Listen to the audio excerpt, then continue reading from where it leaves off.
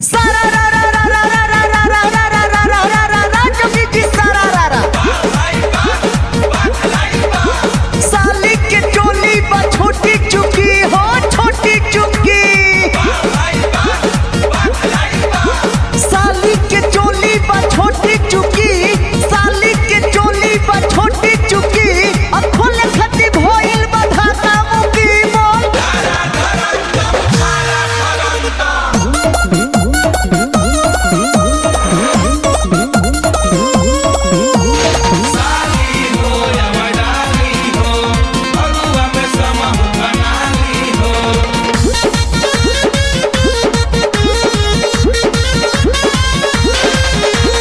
जीजा जीजा रटत रहीले होली में रही जीजावा सल हो।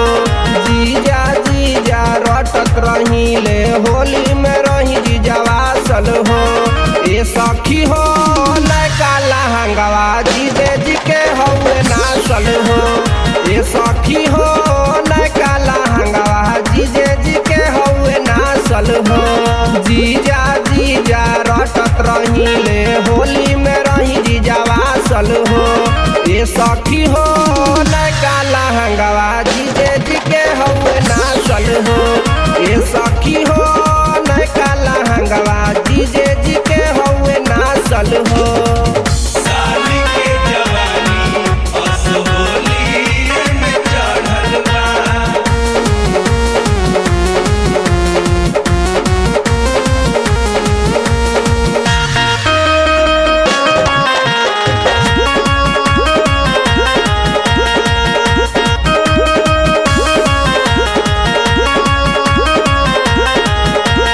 जीजे जी से रंगवा हम होली में लगावाइले। लाला का पियर का हरियर को डालावाइले। जीजे जी से रंगवा हम होली में लगावाइले। लाला का पियर का हरियर को डालावाइले। परती न बाटे धरती हमार कोई बेर के चासल ह। ए सखी हो नैका लहंगवा जीजे जी के हौवे नासल हो। ए सखी हो नैका लहंगवा जीजे जी के हौवे नासल हो।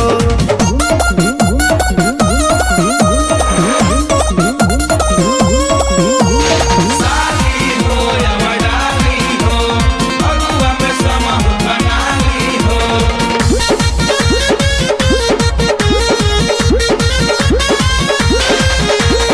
जीजे जी के रंगावा लगावल देहिया फइले।